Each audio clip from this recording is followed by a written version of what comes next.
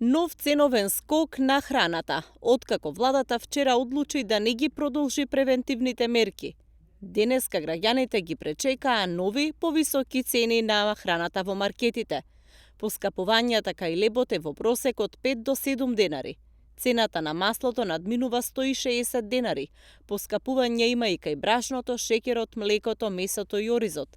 Граѓаните се жалат дека со вакви цени тешко ќе се помине месецот. Едно прашање, едно оценка за поскапувањата, еве нов бранд на поскапувања, ќе поминуваме ли од месец до месец? Како ќе? Што може да кажеш? Тоа не е од тук. Таа е европска политика. Тешко ли ќе да се помине месецот со овие цени? Како нема да биде тешко? Има луѓе што имат по 8-9 илјади пензии за никаде. Дабачки се високи. Тешко е. Тешко е.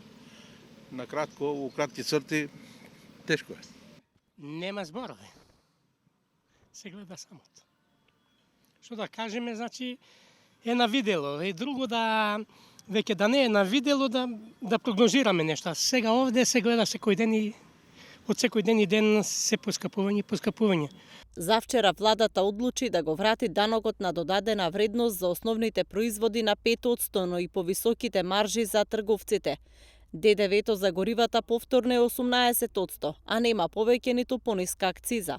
Овие мерки беа донесени во март како превенција од поскапувањата, но нивната важност истече, а од владата со кусо соопштение најавија дека ќе има таргетирани мерки без да прецизираат што тоа значи.